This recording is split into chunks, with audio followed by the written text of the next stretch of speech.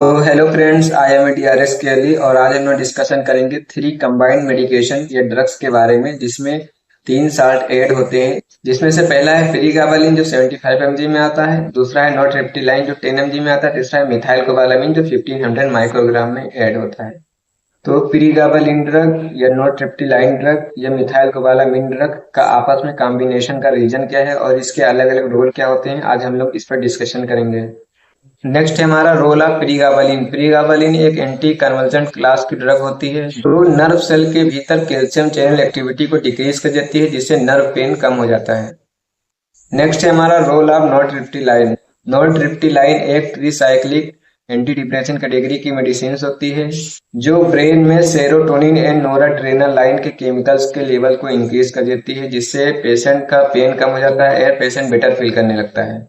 तो नेक्स्ट है हमारा रोल है methyl cobalamin. Methyl cobalamin vitamin B12 का ही एक फॉर्म होता है। ये एक ऐसा सब्सटेंस होता है जो नर्व सेल को प्रोटेक्ट करता है या डैमेज हुए नर्व सेल को रिपेयर करता है। तो मेडिसिन के रोल को समझने के बाद अब हम लोग बढ़ते हैं इन तीनों साल्ट के यूजेस के बारे में। तो इसका यूज नर्व डैमेज के रिपेयर में किया जा सकता है, न्यूरोपैथिक पेन को कंट्रोल करने में किया जा सकता है, साइटिका के पेन में किया जा सकता है, डायबिटीज के कारण हुए नर्व डैमेज को रिपेयर करने में किया जा सकता है, या हर्पी जोस्टर इन्फेक्शन के कारण हुए नर्व डैमेज को रिपेयर करने में किया जा सकता है। एंड इसके अलावा भी डॉक्टर अपने एक्सपीरियंस और अपने अनुभव के अकॉर्डिंग इसका यूज और भी कई डिजीजों में कर सकता है। तो नेक्स्ट है इस साल्ट के कुछ पॉपुलर ब्रांड नेम के बारे में जानने के लिए जो मार्केट में आसानी से उपलब्ध हो जाते हैं। तो एक टेब आता है प्रीगाबा MNT जो टोरेंट फार्मास्यूटिकल द्वारा बनाया जाता है। एक टेब आता है प्रीगाबिट MNT जो इंटास फार्मास्यूटिकल के द्वारा बनाया जाता है। एक आता है नोवा MNT जो सिप्ला LTD के द्वारा बनाया जाता है। एक आता है प्रीगाबिनाइल NTM जो लीफोर्ड कंपनी के द्वारा बनाया जाता है। इसके अलावा भी बहुत से ब्रांड नेम मार्केट में अवेलेबल होते हैं, इसे आप आसानी से परचेज कर सकते हैं।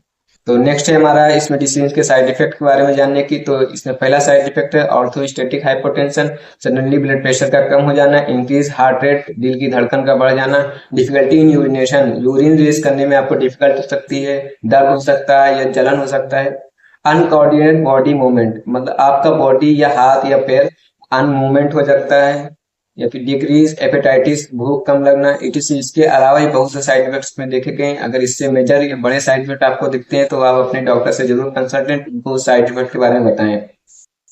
तो नेक्स्ट है हमारा इस मेडिसिन के सेफ्टी एडवाइस के बारे में, किस पेशेंट को इसको लेना चाहिए, किसको नहीं लेना चाहिए। तो ये शेड्यूल H कैटेगरी की मेडिसिन होती है, तो इसको बिना हेल्थ केयर प्रोवाइडर के प्रिस्क्रिप्शन के नहीं लेना चाहिए। सेल्फ तो बिल्कुल भी नहीं लेना चाहिए। एल्कोहल अगर आप ले रहे हैं तो एल्कोहल के साथ नहीं लेना चाहिए। इस मेडिसिन को लेने के बाद में आपको ड्राइविंग नहीं करनी चाहिए, क्योंकि इसमें एंटी कन्वल्सेंट ड्रग होता है जो CNS पे वर्क करता है। अगर आपको किडनी या लीवर डिजीज है तो इस मेडिसिन को लेने से पहले अपने डॉक्टर को अपने डिजीज के बारे में जरूर बताएं। तो थैंक यू सो मच दोस्तों, नमस्ते, सलाम, मिलते हैं फिर अगले टॉपिक पे। तब तक के लिए आप अपनी सेहत का और अपना ख्याल रखें।